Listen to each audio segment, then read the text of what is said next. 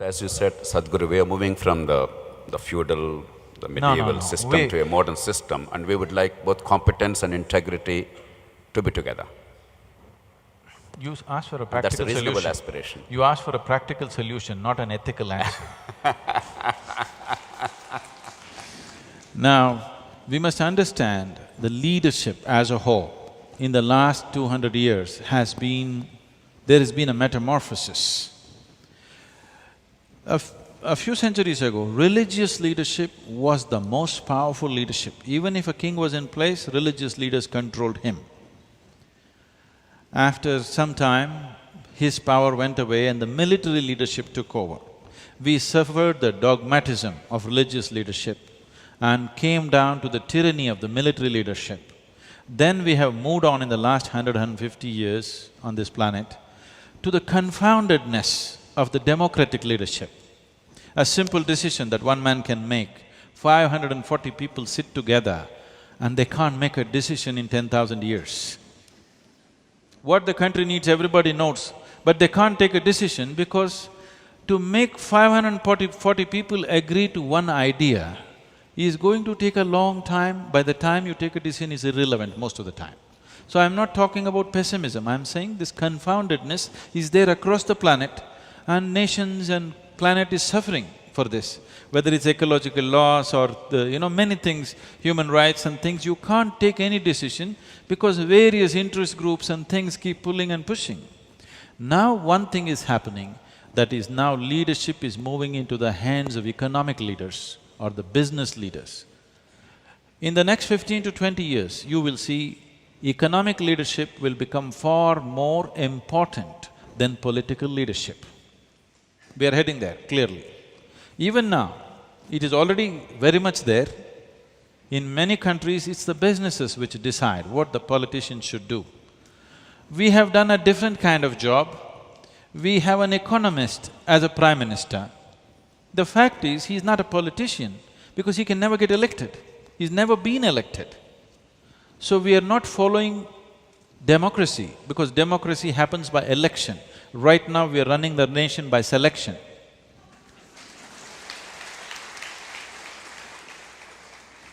Because we are trying… we have our own jugaad for everything, Across the planet, this is happening.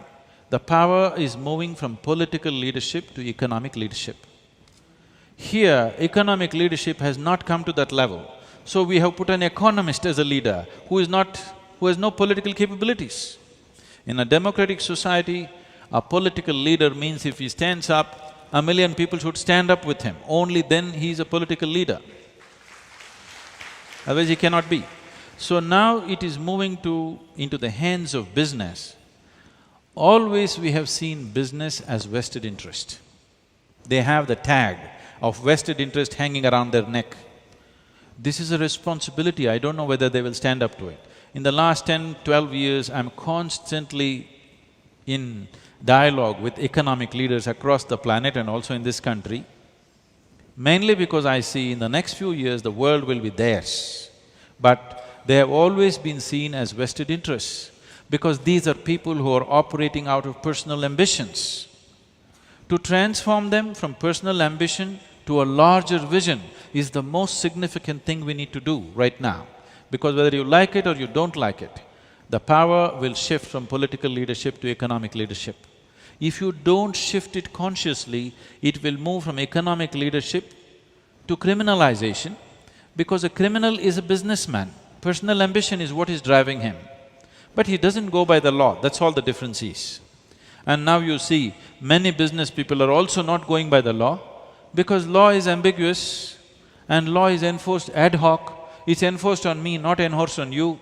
Now I think, why should I go by the law? I will also find some other way to do it. This culture is setting in. So if we do not shift this consciously, unconscious haphazard shifting will happen, naturally criminals will become leaders. You should not be surprised. People who have proper criminal records, if they become Prime Minister of this country in the next 20 years, you should not be surprised if we do not do anything about it now. That's the challenge, Sadhguru. What do we do? That's the precise question I'm asking. Because what do we do? I entirely agree with you, because If power goes to businessmen, that's not going to be the best answer either. As you said, they're going to be vested interest there, while they have to be No, partners they in the have whole. been vested interests. About 10, 11 years ago, in the World Economic Forum, I coined this word called inclusive economics. Since then, this word has been bouncing around in many places, even the prime ministers of the nations are talking inclusive economics. If a more inclusive way of approaching economics happens, a businessman is a good leader because the thing about the businessman is he's flexible. He doesn't believe anything. He has no qualms about anything. If the deal is good, he will do it. Even if he has to do a deal with the devil, he will deal with the devil. He has no prejudice. The deal is good, he will do it. I'm saying he's the most pragmatic man in the society, he's the businessman. But right now, he is driven by his personal ambition. To shift him to a larger vision is a challenge, which last 12 years we have been actively working on. With individual people, we have succeeded phenomenally. And in the larger context, this is something very heartening on one level, is today if you meet the businesses of the world across the planet, like never before, there are many business leaders who are thinking how to do business in such a way that it will do some good to the world. It is very important, this, because a business activity means just this. If I make some transaction, it is beneficial to both of us. Only if it is beneficial to both of us, this activity will be sustained. If it's only beneficial for me, it will not go on. Only beneficial for you, it will not go on. Whether it's marriage or marketplace, this is true, isn't it? If it's only beneficial for one person, it is not going to last. Only if the transaction is beneficial for both, it will last. So in that context, the world moving towards business leadership is a good thing, but the business leadership has to mature and evolve, which needs to be worked at. And of all the types of leadership that I have mentioned, religious, military, democratic and business leaders, I have found personally, business leaders are the easiest ones to work with because they are willing to listen to something if it makes sense to them. Religious leaders will not listen to anything because they already got instructions from elsewhere. But Sadhguru, we need to do something fast because the kind of crisis we're getting into in this country, it's getting deeper. If you see the political parties, with all their imperfections, they held the country together so far, but now even they are breaking apart. They are simply breaking down. For a party to survive, you require ideas and idealism and agenda. You require committed leadership which is trusted, and you require the promise of power. Increasingly, in most of the major political parties of India, all these three are disappearing. Long ago, idealism and agenda have gone. Leadership, for whatever reasons, the respect is increasingly diminished. And as the slightest threat appears to their political survival, suddenly parties are catapulting, they're collapsing. So unless some quick decisions are made by the political people of the country, by the media, by the spiritual gurus, and by the citizenry at large, I'm afraid we're going to have some very tumultuous time. If you're looking for a solution, you must understand this right now. Even if it's a political leader, what is it that the people of this nation are expecting him to deliver?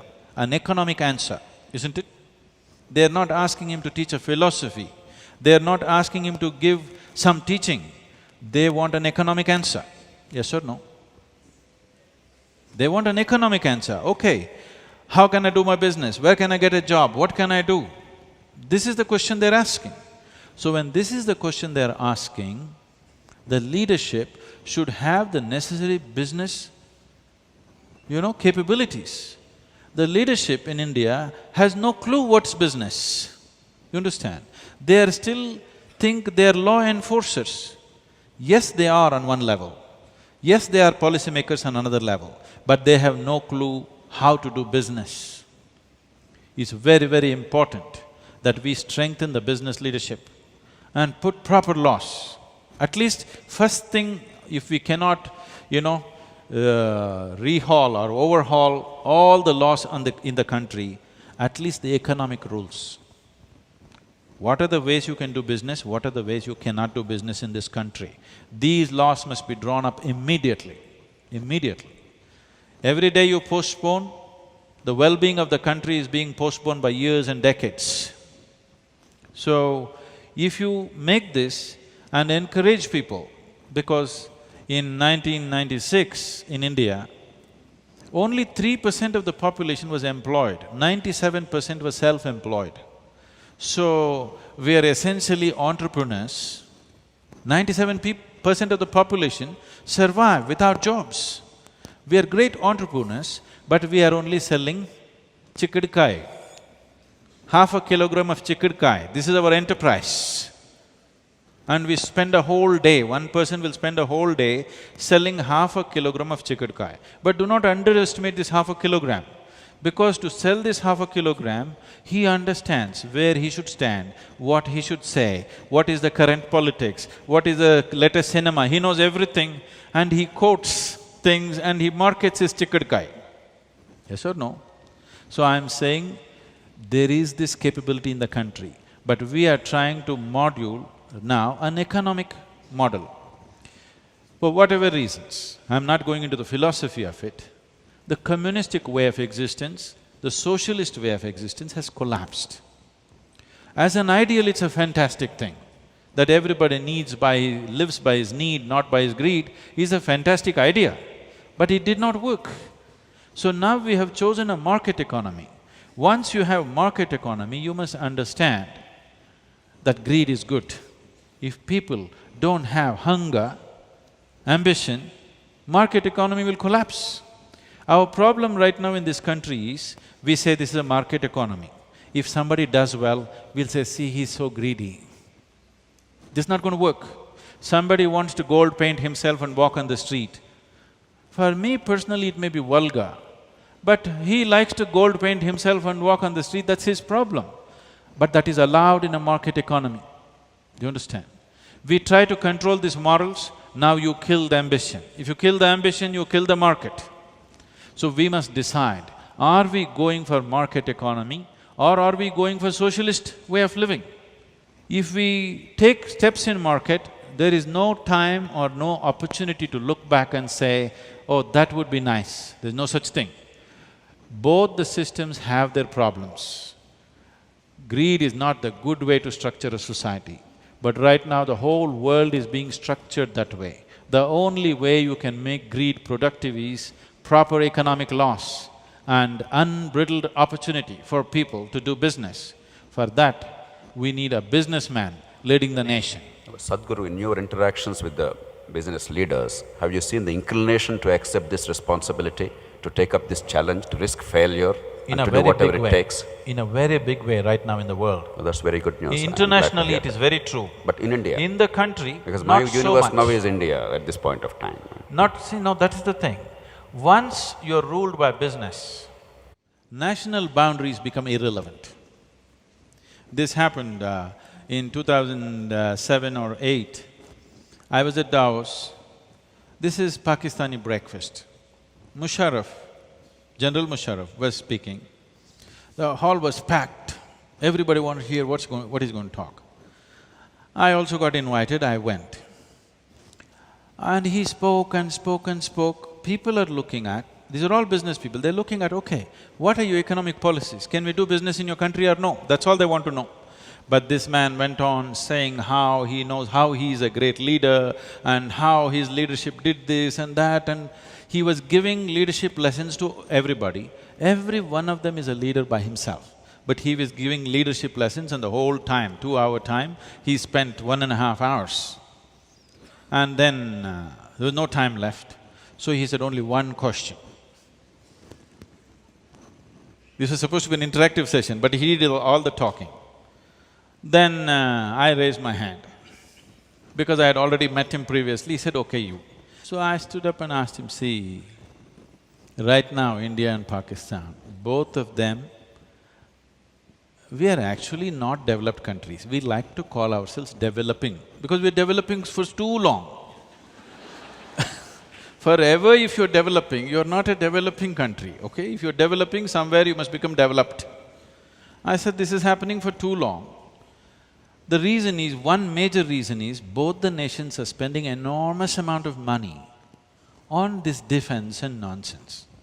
If India and Pakistan had known these issues, both the countries probably would have prospered by now. But somehow we couldn't keep that nonsense down, we fought all these years. Just 3 wars are not the thing. Preparing for the war is a horribly expensive process. I said, see, you don't expect the religious leaders in your country and our country to come to any agreement. It's waste of time doing all these interfaith meetings and things. Anyway, they will pretend and go home and they will preach their own thing, okay? Two military leaders cannot agree because we're pointing guns at each other, we are trained to shoot. Political leaders cannot agree because that'll make them lose elections. But a business person has no issue. If there is a good deal in Pakistan, every Indian businessman will go and do deals in Pakistan. If there is a bridge to be built, for a $1 million bridge, they're offering $2 million, half of Hyderabad will go there. So I said, see, the first thing is, let's open up the business. If you open up the business, if daily transactions are happening, my people are on that side, your people on this side, my money there, your money here, I wouldn't want to bomb your country, you wouldn't want to bomb my country. Gladly that's beginning to happen now, this transaction business relationship in India and Pakistan. Because national borders will go away, that is very important. On the longer run, it is very important national borders get diluted. That is when armies will come down. That is when the potential of fighting on the planet will go down. That is when development will happen indiscriminately, according to capability, not according to national identity, isn't it? So this transaction should happen. And just previous day he was talking about how he's for peace and how he's looking for this and that, looking for support and money, but he forgot all that and he burst out. He said, how can we do business? You know, my dear friend, somebody mentioned name, he died in my arms in the war. I named my son after him because of that. We have spilled blood, we have lost people. How can we do business? We cannot do business. International press was amazed that this man just came out and said, we cannot do business with each other, being the head of a nation. But if we started doing business, don't do any of these… all these parlays which are very expensive, politicians meeting, anyway it's a foregone conclusion, it's not going to go anywhere. Do business, as much business as possible. You will see people will forget who the hell is a Pakistani, who's an Indian. I think that's very insightful, Sadhguru. I think what you initiated is now bearing fruit because I think India and Pakistan are now willing to do business at last. Sadhguru, before we open to the floor, I limit to a couple of inquiries. We have, as you often said, great technology and vast resources today, better than ever before in any other generation. But as a society, as a country, we seem to be very poor in organization. Oh, you don't talk about that. I'll give two specific illustrations to make this point, so that that line of inquiry can be pursued further. Finland, the tiny Scandinavian country, tiny in terms of population at least, it had every single birth and death registered 500 years ago. It's a haven for genetic research today.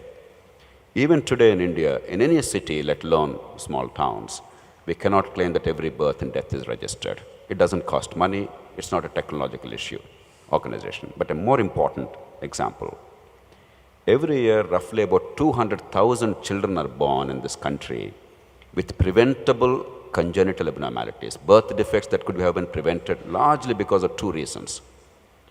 One is a viral disease called rubella. If only every girl child before pregnancy or before marriage is given that vaccination, there's a fully effective vaccine. Thousands of these serious deformities would have been prevented. It's not costly at all. And the second is consanguineous marriages in South India. You know, we have this very sorry tradition of marrying cousins without realizing the consequences in terms of genetic… We don't want our property to go to somebody else. I know.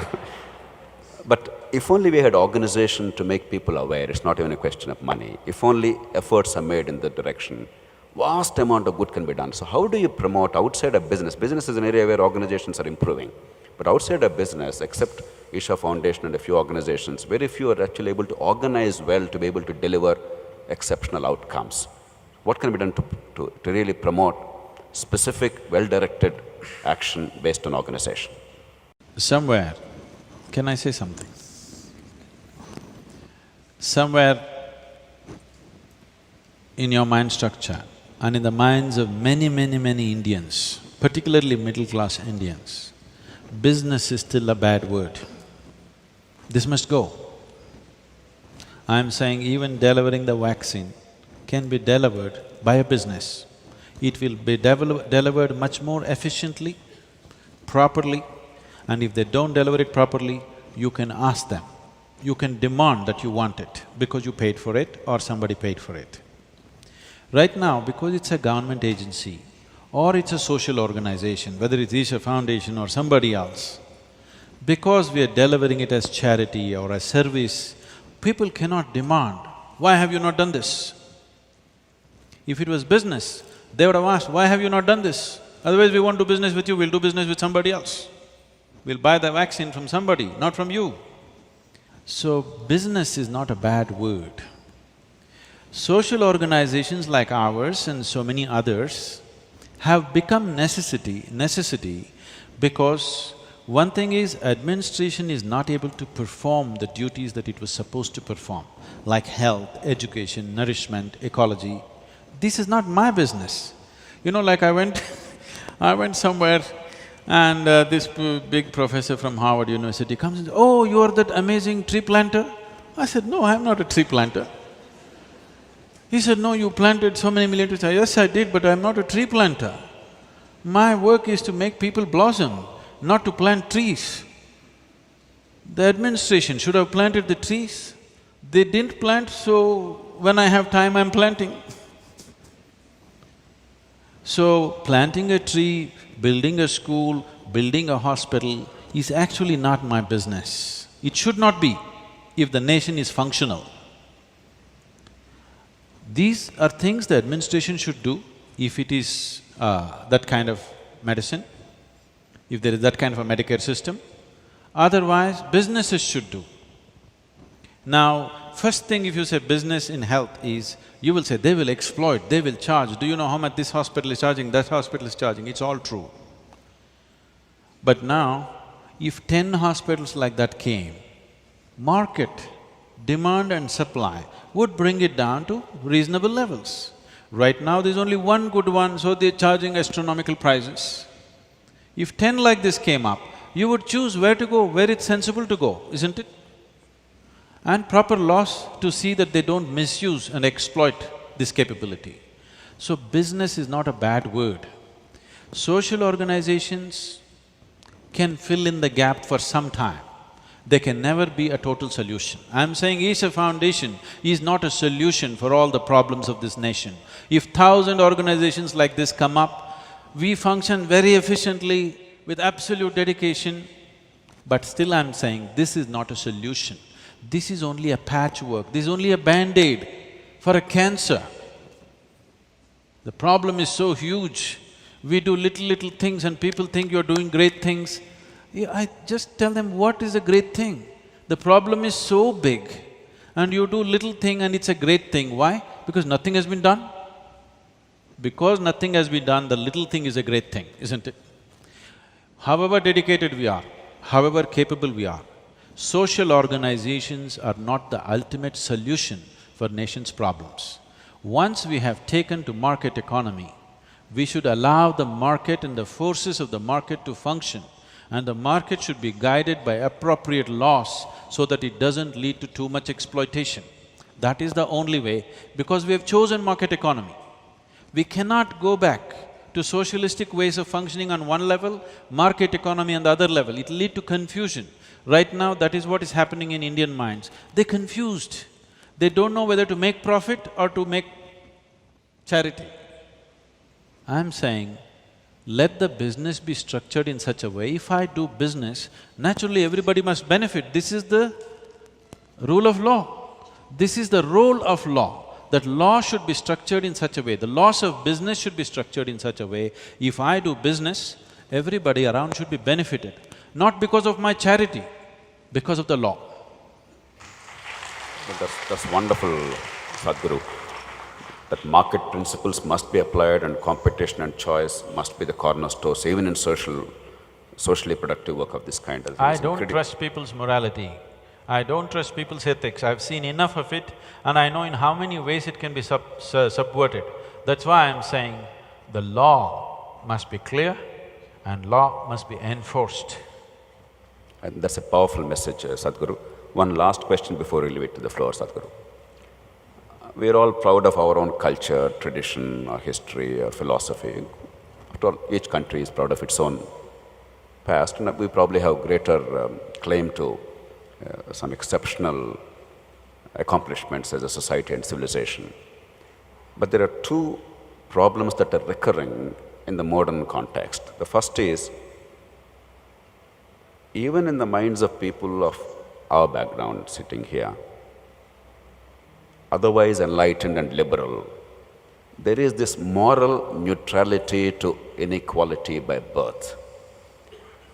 While we treat people who don't have an opportunity because of circumstances, because of poverty, with a lot of kindness, with a lot of compassion, we do not realize that those children are entitled to the same opportunity that my child is entitled to. It's simply alien, it appears to me, to our culture, unless a very strong message goes consistently, unless everybody is allowed to rise, everybody will fall eventually. The second deficit appears to be, more or less as a corollary of this, a trust deficit, an incapacity to recognize that there is a common fate binding all of us. Politicians blaming bureaucrats, bureaucrats blaming judges, judges and politicians and bureaucrats together blaming media, all of them blaming somebody else. This is a blame throwing and treating the other fellow as a nuisance and not being able to look at the bigger whole and our own role in making the bigger things happen seems to be a very special Indian problem. What do you advocate, Sadhguru, to address these two challenges? See, we need to understand India. The problem is, we are trying to look at India through a Western education window. Right now, all the educated Indians, somewhere there is one window of Western education, the rest of it is total chaos. And we like chaos. We are a colorful mess. As long as you're not trying to work with somebody, Indians are fine. Because everybody is a genius by himself. But you can't organize a genius and get results. By themselves they're good. You try to put them together, there's a big problem. So what India is why it is like this is, I already mentioned this in passing. One thing is, India does not have beliefs and India has never had moral code. See, every other nation has strict moral code, people feel guilty about certain things. An Indian can just do just about anything very happily. Do you understand? I have had the misfortune of sometimes closely interacting with some very famously corrupt people right now in the country. When I really looked at them closely, what I saw was, they did not even think they're doing something wrong. So your ideas of morality, ethics, they're shocked that you're saying, you're complaining, after all I become a minister, shouldn't I make some money? What are you talking? I'm saying they're not even… they're surprised that you people are complaining because India has never had a moral code, but still people remained in a certain way. because there was a spiritual ethos. People told you, everything is your karma, whatever you do, there will be a consequence. And people stirred up certain other dimensions within you. Every generation had people who would stir up this possibility of consciousness within you. We operated out of continuous stirring up of consciousness, never morality. Now we have come to a place where in the last few hundred years or few generations, nobody has come, I won't say nobody, not enough people have come to stir up consciousness. And consciousness has gone low, no morality, we are between the two cultures, we are falling in the gap. We have lost our way of keeping ourselves in check, but we still cannot take on Western way of strict morality. And we are falling in the gap in between, that's where we are. See, right now, it's seriously happening, like you said yesterday's election results and everywhere else, whether it's Bengal or UP or Tamil Nadu or wherever else. Gradually in India, there is no party which you can call as national party, all regional parties. As regional parties becoming more and more powerful and they sweep the state and national parties are completely routed, I'm not trying to pitch for them because there is nothing to defend them, okay? But whichever way, whatever they may be, for the long-term interest of the nation, it's very important two or three national parties must become strong. Otherwise, after 25 to 50 years, we will wonder, why are we one nation? Suddenly one chief minister will become prime minister. A chief minister who is chief minister for 10 years and frustrated with his chief ministership wants to become a prime minister. When he sees there is no other way to become a prime minister there, he will become a prime minister here. Yes. And already some serious attempts in this direction have been made in the past in certain states. If we value India as a nation, it's very important that we must strengthen the national parties. How to join these parties? Both are a mess. That is a real problem, what to do. But what we need to understand is, there is people, there are parties, and there is administration. In Indian mind, these three things are distinctly separate. This distinction should go. There is no people, party and administration. There is people, people and people. This is what a democracy means. People who are sitting here in this chair, tomorrow could be walking the street campaigning for a party, day after tomorrow they could be in that chair. This is what democracy means, that you are here today, tomorrow you could be there. So this distinction has to go. These are all easier said than done, to remove these distinctions, to make people understand, because how many people can you even talk to in this country? Because you know only 2 languages. Yes? Maybe I know 3 languages, but how many people will you speak? There are 16, 24 languages in the country. Who are you going to speak, who are you going to leave out? So there are these issues, but it is very, very important.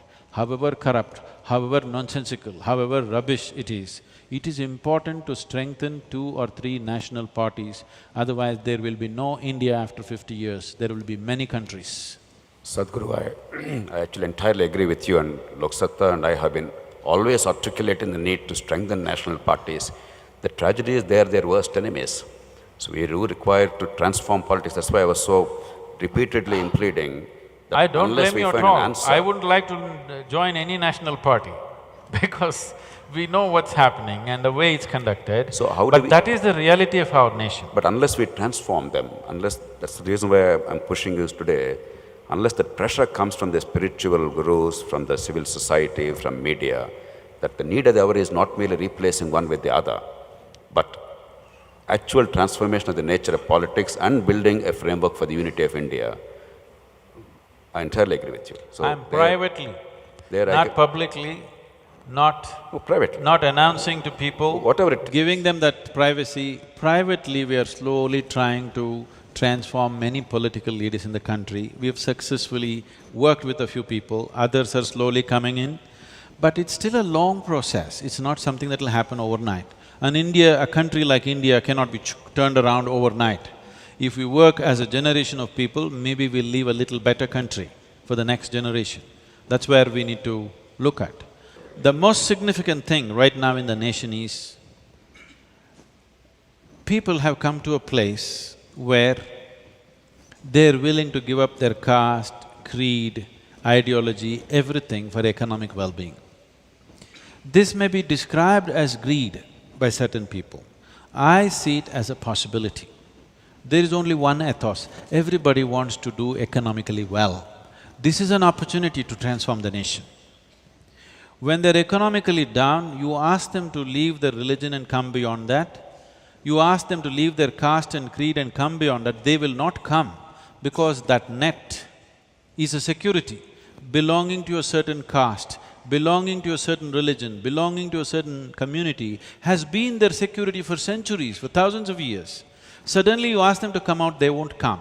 Only if you throw up a big opportunity and a dream out there, people will crawl out of those nets, risking their life. So economic opportunity is the most important thing right now. Personally, it leaves distaste in my mouth to go on talking and pitching for economic possibilities because that's not going to transform human life. But right now, if nation has to crawl out of the pit, social, economic and political pit it is in, right now I see the only solution is economic development should happen. It'll come at various costs will be there will be a price to pay for that. But we must pay the price, otherwise we'll stagnate where we are. Sadhguru, that practical wisdom actually is music to my ears. Unless we have such unrelenting focus on economic growth and rapid economic growth, I entirely agree, both political and social problems will only be exacerbated. I think we should give an opportunity to the floor to raise, I'm sure, far more interesting questions. How do we find this balance, the balance between this base need and this high need of spirituality? Because I think that we are in the middle, and what we want is an ease in life in this democracy so that we can all become seekers and concentrate on seeking as opposed to concentrating on surviving. That's my question. The question is for him, right? No, it's for you, Sadhguru. The balance is about you. We're all imbalanced people. Now, I will simplify this. How do I bring a balance between… Right now I am hungry, I am. Right now I am hungry, how to fill this and how to attain to the highest goal, whatever that is, mukti or liberation, or how to fill my belly and how to meditate. How to make these two things happen? You are addressing it as if they're two separate things. Do not address it as two separate things. You are a human being. You are a human being who's come with both the needs. But when you're hungry, if I ask you to meditate, you are not going to meditate. Will you? And I will not ask you to meditate, because I think when a man is hungry, asking him to meditate is vulgar. It's an obscenity. When somebody is hungry, you talk to him about mukti, I think it's obscene. I will not do such a thing. If he's hungry, we must see how first the food should happen. Then only we can talk about another dimension. So do not look at it as two separate things, but physical need is an urgent need. Meditation, you could postpone it to tomorrow. Dinner you must have today, isn't it? So economics is the need right now because half the population has still not eaten properly yet. You can talk meditation only to those who have eaten well, not to those who have not eaten well. We don't do such things. That is why Isha has a spiritual aspect and a social aspect. I don't like to do the social thing. If the administration had taken care of all the social needs, I would like to do just the spiritual part. But if I do just the spiritual part, I will leave out half the population. So I am doing the social thing with them. So do not separate it. If your stomach becomes full, immediately the other need will naturally come up within you. I don't have to tell you, you meditate. You will start looking, what do I need to fulfill my life? because this is the nature of a human being. If you came here as some other creature, stomach full, life settled. Once you come as a human being, stomach empty, only one problem. Stomach full, 100 problems. So, once your stomach becomes full, you will seek other things. You don't have to be told. You will seek anyway. Then other things will come anyway. That's why we are talking so much about economics right now. I think there is a hint from Sadhguru that we should wind up because he's hungry. Who is next? No. Who is next? Yes, this young man. In politics, you said you require a business outlook leaders. That perhaps it means like instead of people who share 100 rupees, you want people to make 100 to 1,000 rupees and share 500 rupees. That's what… No, I'm not talking about sharing. See, he said, politicians have spent some 500 crores something. I said, no, they have invested. So, but the problem is, it is a business, but it's an illegal business. There is no law monitoring it rigidly enough to make it a legal business. Now in the United States of America, right now, Barack Obama and Mitt Romney are going around the country raising millions of dollars for their election. But it's a legal business. If he takes $1 more illegally, he'll go to prison. We just have to do that, isn't it? Right, Guru. Coming to my question, it's like there's been this bipole elections. I went to the campaign because, motivated… You must arrive at the question quickly. Yeah, because… Not because I am hungry, because so many hands are going up. There has to be a background formed for the question because otherwise it's difficult to understand. No, we are capable of understanding the context. The question, if I have to put in a nutshell, then how an intellectual and a person with a business outlook can stand for elections and win? This culture of economics has still not come. We are in still a culture of charity. We have to bring a culture of economics because you've chosen a market economy. See, this is not a simple decision to make. For the builders of this nation, they chose a socialistic economy because it was more endearing to think in terms of let's share, let's do things better. It's not about you versus me, let us do this, but it did not work. As an idea, it's a great idea, but it's an idea that's failed because humanity is not ready for such a big idea. Right now, we have come to a much grosser idea, okay? Market economy is a gross idea, very crass way of existence, but it's working better than the very refined idea. I'm interested in making it work because ideals on an empty stomach means nothing. I know 400 million people in this country have not eaten one good meal in the last 10 days, probably. So when this is our condition, ideals are a taboo. I'm saying this to him.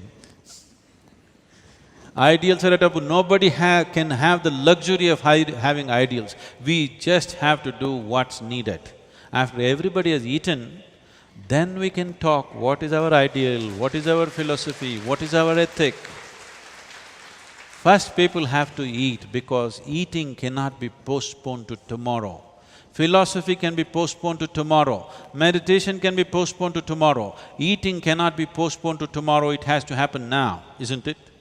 So for this, once we have chosen our economic model is market economy, please strengthen the market and nothing else but the market. People tell me, what is this? You say you're a spiritual leader, but you're charging for this. I said, I will charge.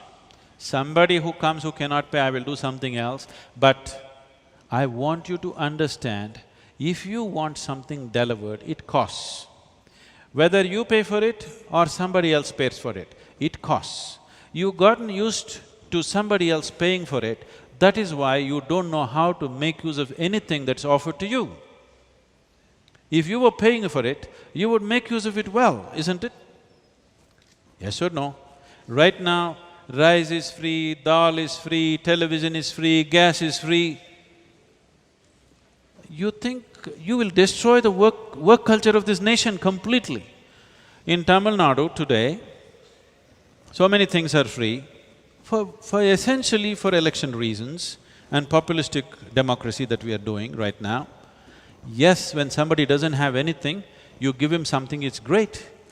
But instead of giving something, even if it causes suffering, if you create opportunities where everybody could make money and have the necessary power to buy it, it would be better. Because today, this started from Andhra Pradesh, that's why I'm telling you.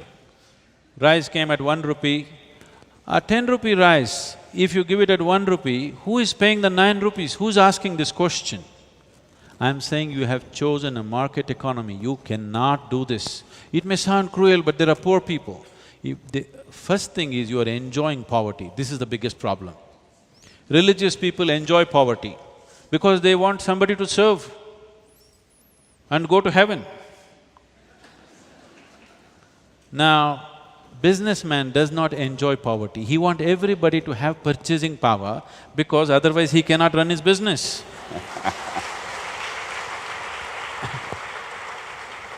I think three powerful messages are coming from you, Swamiji, today.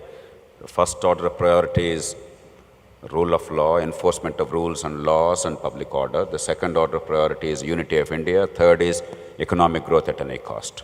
I think that's the take-home Right message now, today. till everybody eats economic growth at any cost. Absolutely. After that, we can control the costs. I am proud to say I voted for Lok Satta. Before I pose this question, I wanted to say this. I don't know there is any other party in the country like this, so I am very happy for that. My question is, like this, like me, there are a lot of people in this state. First, I am trying to talk about my state, in this state. But why? What the system is hindering? Why we are not able to win more seats? Right now, we just have one legislative. So why can't we have JP as the chief minister or anybody like JP being chief minister? So what is stopping us? So what's Sadhguru's message to the people here? Because everybody is here, they wanted to do something for the society. But I am sure, like me, I am not doing anything. I just think about it. I do nothing. So like me, I guess there are 50% of the people here. So what the message we should get and how we get that education and what we have to do. We are ready to do anything. I am happy the way India is progressing, the media, the RTI, everything is very good. So the question is, the simple finishing thing, we have to get that. So what is the message from you so that we all go to streets and do something for the country? Thank you. Sadhguru, before you intervene… No, it's you who has to answer. No, he wanted an answer from you. Answers are from you, questions are from us. This is an often asked question. It's not about this party or that. That ethical politics is not sustainable in India. That what we all desire or we claim to desire is not winnable in India is a proven proposition. I can now say with some degree of confidence across the country. The challenge is how to reverse that. That's the anguish of that young man. Sadhguru, you already mentioned the answer, you gave the answer earlier. We all forget the initial conditions of our democracy because we take the normative democratic institutions and the constitution, we think it should operate the way it operates in other countries after a certain degree of maturity. We have not created the initial conditions, and Sadhguru is repeatedly emphasizing that. Even today, the voters have no notion that they are electing a representative. They think they're electing a monarch, and once elected, he somehow will deliver. We don't care how. No rules, no laws, no procedure, get it done somehow or other. And that's not merely the failing of the poor people. It is the failing of our class, Sadhguru. It is the failing of the middle classes, it's the failing of the educated. That's the general perception. The second is, Sadhguru, we created an impossible situation where nothing happens without somebody's intervention. And there is perpetual dissatisfaction because even if the elected person wants to deliver, he cannot fulfill the expectations. And therefore, money has become the currency of vote getting. And now in the competition to get the votes, in our kind of electoral system, where one vote more means you win, one vote less means you lose. Look at Tamil Nadu, DMK, ADMK, how they alternate so dramatically. There is a desperation and a competitive pressure to buy the votes. And that's why today you see in some constituencies, a candidate spending 20 to 30 crores in an assembly election. And that's the reason why I have been arguing for… You're not getting it. Investing. Okay. Yes, Sadhguru, you're right. Investing as a business proposition. He is not throwing it away, he is investing. Absolutely, absolutely. A straightforward business proposition. in anticipation of multiple returns. There's no question about it. There are two things, and that's the reason why I was urging Sadhguru to take up this issue. One is we have to bring what is the definition of the community is a challenge, but whatever it means, localize power so that citizens are empowered and they understand the limitations of power. Today, because they have no power, they have no responsibility either. Localize power and make them masters of their own resources, but hold a danda so that things don't go beyond a point. And the second is a bigger thing at the national level.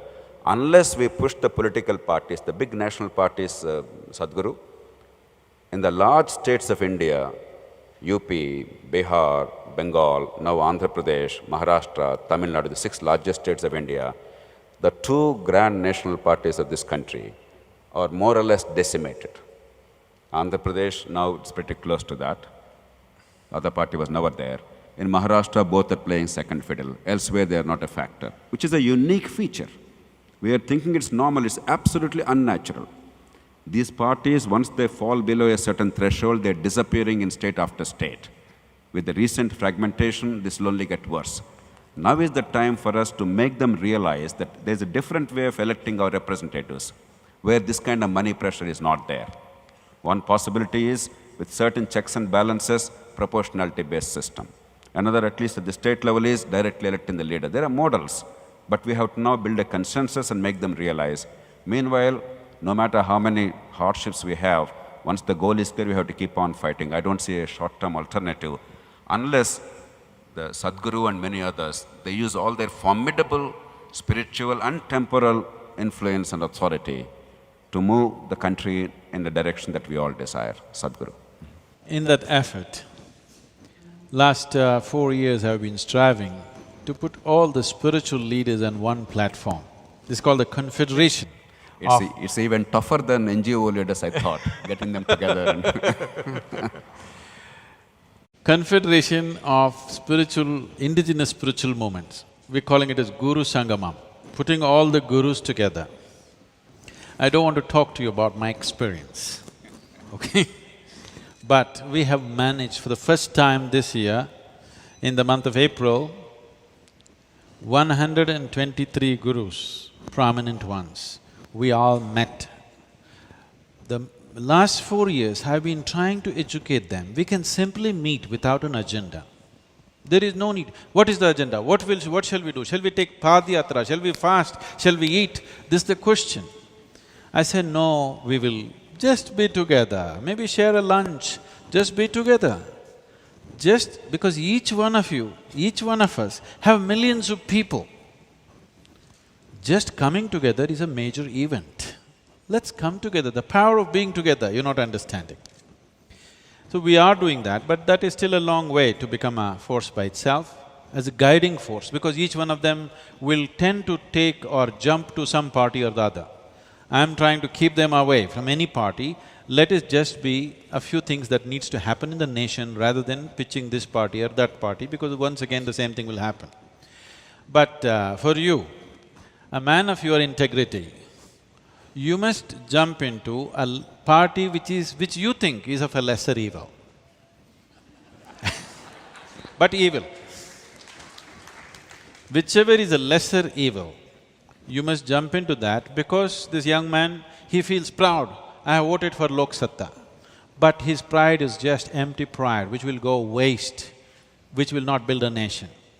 Your integrity, your ethic, your moral, your intentions, your intellect, wanting to do something, all this will go waste unless you have the legs and the hands to do it.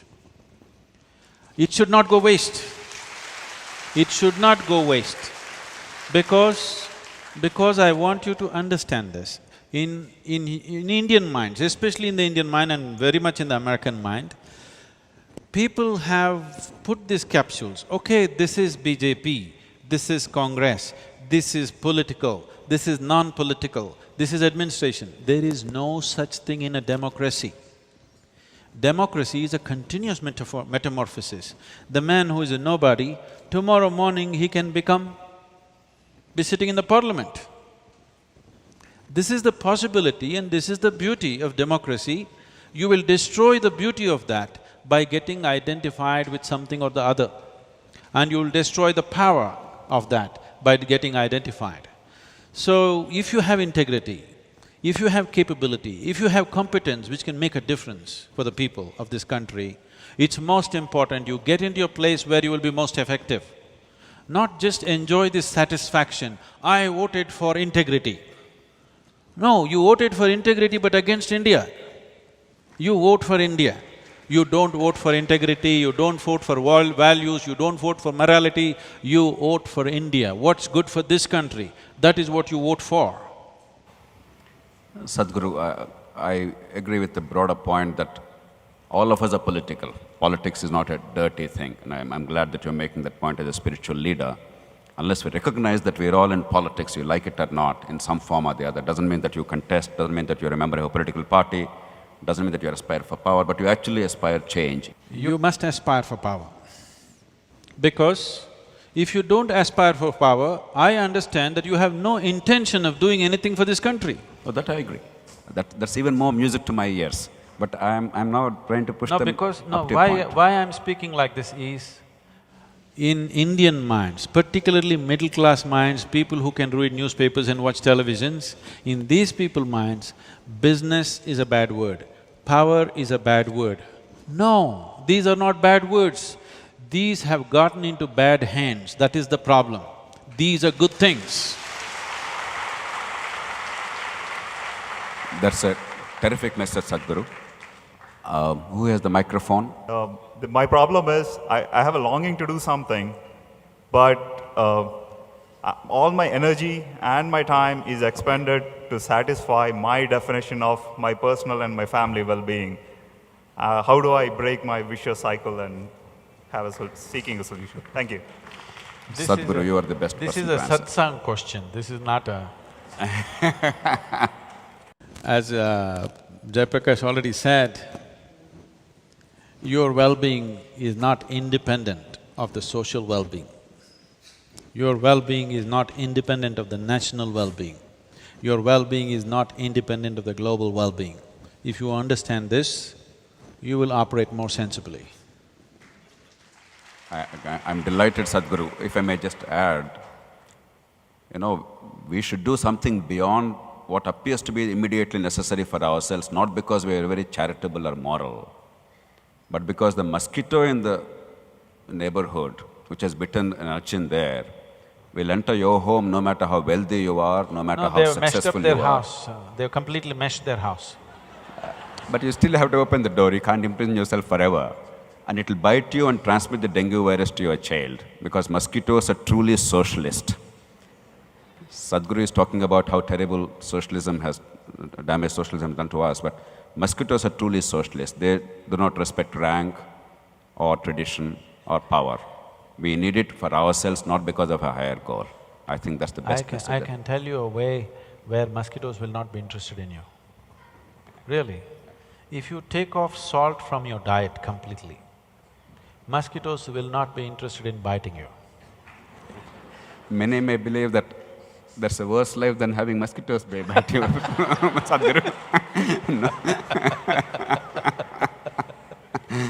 Yes. Who has the microphone? Why don't you sit with the financial minister or prime minister and ask for some amount of money to locate the right education schools like Isha, or whatever it may be, to educate the right people, the education to the people. Why don't you sit with the prime minister to locate the right schools all over the India? So because you're saying this is really need, the economy or political, whatever it may be. If you are right, if your experience is right, why don't you do that? This is my question. You're asking Sadhguru? Yes, Sadhguru. So for your information, if you do not already know, there is nothing much the Prime Minister can do right now. Whoever can do, And Sadhguru. anyway, whoever can do, why don't we talk to them? As a part of this, almost 15 years ago, I went, because our work was in rural India, I went to meet the rural development minister in the center. He was a very wonderful man. I found a lot of politicians on a personal level, they're wonderful people, but they've become victims of their own making and situation also. So he was very wonderful, he took me into the… we met him in the parliament building, he took me into this rural development ministry office. Then he told me, so enthusiastically, he told me all the schemes that they have. I sat there for 3 days looking at all the schemes that were relevant to make a difference in rural India. These are extremely well thought out schemes. Whoever made these things thought through everything, made fantastic plans. You must have access to this as an IAS officer at one time. I was surprised that somebody has been doing phenomenal work. They've done great work. And then after looking at all this, again I went and sat with the minister, this is fantastic, when is this going to happen? He said, last year we had 14,000 crores left unused because nobody is coming forward to do this. Fantastic schemes, there is a budget. You can't ask for anything more. We know what's the solution, we have worked out the solution in entire detail and there is budget, but nobody is there to do it. This is the country you're living in. Even if the Prime Minister has the intention, he cannot do much right now because there is a whole system.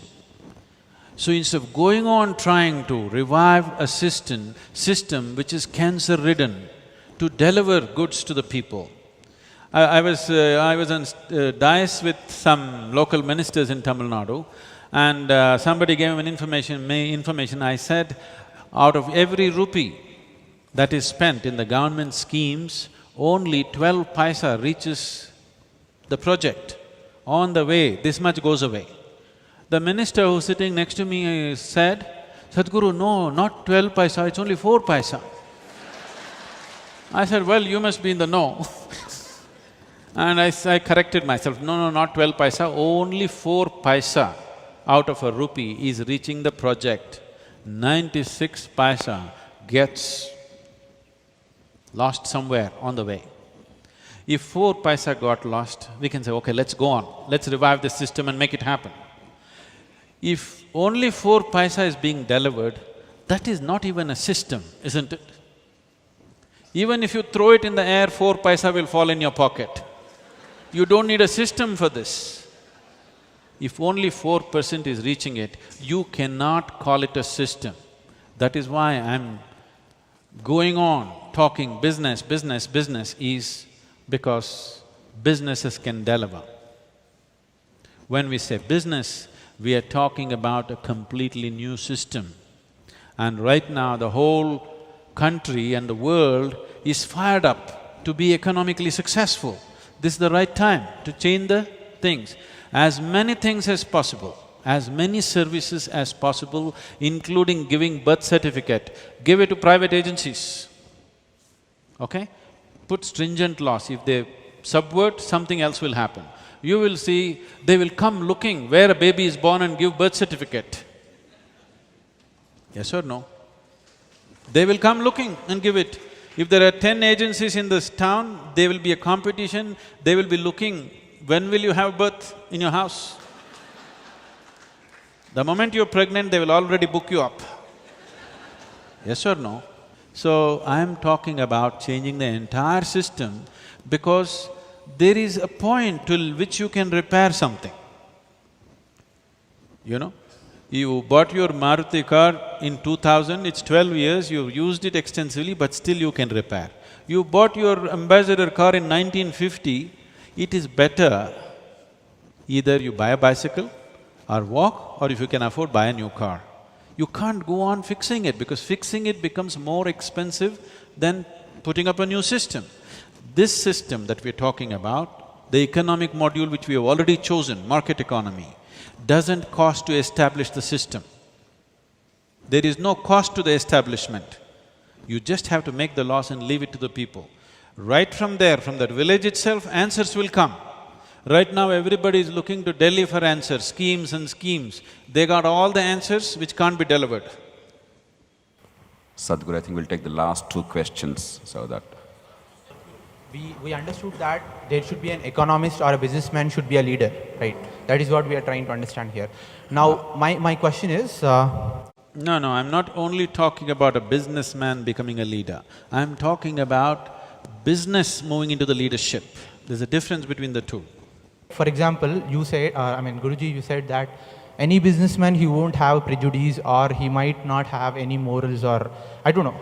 What I think is, any businessman will definitely have his own ethics and morals. He would be running his own business. No. I'm telling, I do not trust anybody's ethics and morals. Nation doesn't have the patience to check your ethics and morals. We need laws which are enforceable, 100% enforceable. This is the problem, this is a serious Indian problem, what you're saying.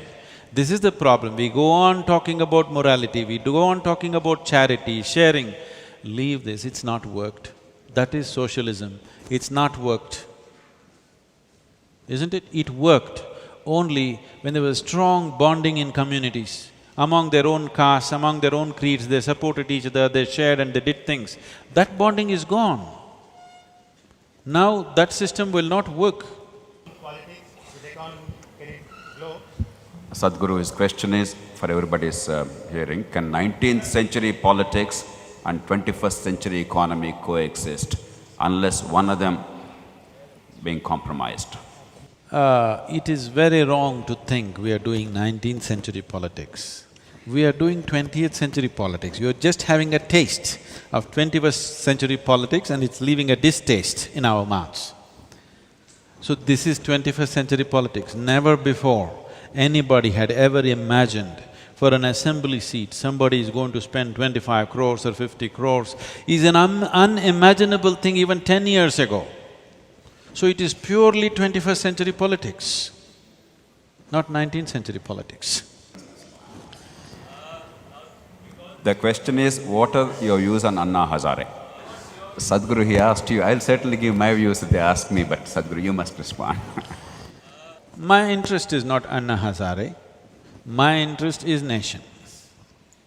I am not interested in Anna Hazare, I am not interested in Indira Gandhi, I am not interested in Narendra Modi, I am interested in this country. Country means people. So, I went to Hazare's meeting when he was fasting and I also spoke there and supported them in so many ways. I never see Anna Hazare as a solution. I don't. But it is very significant that somebody is playing that role of bringing that awareness, firing up the whole nation towards a cause. There is no question of the significance of his role, but at the same time we should not overplay this role. Because this Jan Lokpal, whatever we're talking about, you can pick 100 holes in it. You know, you want corruption to go, you want people's awareness to come to it, that's perfect, no question. But now, if you bring a law which supersedes every other law, you will have big problems. And how will you populate these positions which will enforce these laws? If already all the criminal procedures codes that you have is being enforced by people who are corrupt and misusing it in 1,000 different ways, how do you know tomorrow the Lokpal, where do you import them from, I'm asking? Once again, everybody will try to get into Lokpal now.